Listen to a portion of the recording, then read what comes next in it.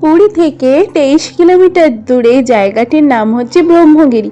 আজ আমরা এসেছি ব্রহ্মগিরি আলারনাথ মন্দিরে। বলা হয়ে থাকে পুরীর জগন্নাথ দর্শনে যে পুণ্য পাওয়া যায়, আলারনাথ দর্শনেও ঠিক একই রকম পুণ্য পাওয়া যায়।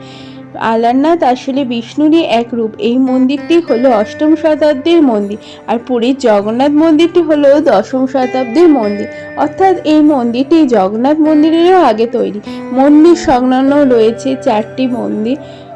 ঢুকতেই রয়েছে কাশী বিশ্বনাথ দেবের পৃথক মন্দির, এরপর আলারনাথ মন্দির, আর পেছনের দিকে রয়েছে গৌরাঙ্গ মন্দির ও মহালক্ষ্মী মন্দির। বছরের বাকি দিনগুলোতে ভক্তদের ভিড় না হলেও জগন্নাথ দেবের স্নানযাত্রার পরের 15 দিন ভিড় কিন্তু উপচে পড়ে। অর্থাৎ ওই দিনে ভক্তরা এই মন্দিরে এসে ভিড় করেন, আর প্রভু জগন্নাথ দেব আলারনাথ রূপে ভক্তদের দেখা দেন। সেই 15 দিন জগন্নাথ মন্দিরে যে পরিমাণ ভোগ রান্না করা হয়ে থাকে, ঠিক সেই পরিমাণ ভোগ আলারনাথ মন্দিরেও রান্না করা হয়ে থাকে। কথিত আছে যে এই সময় চৈতন্য মহাপ্রভু এসেছিলেন প্রভু জগন্নাথ দেবের দর্শনের জন্য। সেই সময় প্রভু জগন্নাথ দেবের মন্দির বন্ধ থাকায় দর্শন করা নিষেধ ছিল।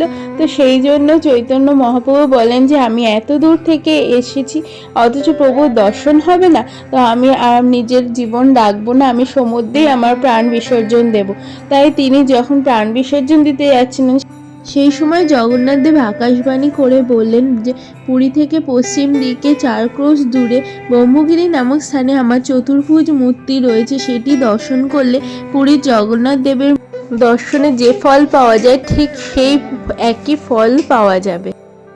তাই চৈতন্য মহাপ্রভু এই মন্দিরে আসেন এবং একটি পাথরের উপর দণ্ডবত দিয়েছিলেন, আর ভক্তের শক্তিতেই পাথরটি গলে গেছিল। এবার আসি কেন এই মন্দিরে পায়েস ভোগ দেওয়া হয়। এই মন্দিরে প্রভু জগন্নাথ দেবের জ্বর অবস্থাকালীন সময় অন্য কিছু চাল ডাল তিনি খাবেন না।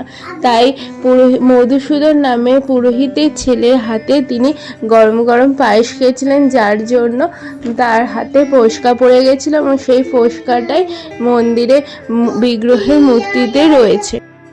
আগে দক্ষিণ ভারতের লোকেরা এই আলারনাথে পুজো দিতেন। আগে নাম ছিল আলবরনাথ।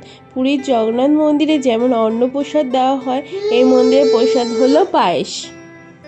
এই হলো মহালক্ষ্মী মন্দির। এটিও আলারনাথ মন্দিরের ঠিক পেছনের দিকেই রয়েছে। আর এটি হলো রান্নাঘর, এখানে ভোগ রান্না করা হয়। ভিডিওটি এখানে শেষ করলাম। ভালো লাগলে অবশ্যই লাইক, কমেন্ট এবং শেয়ার করবেন। চ্যানেলটিকে সাবস্ক্রাইব করতে ভুলবেন না।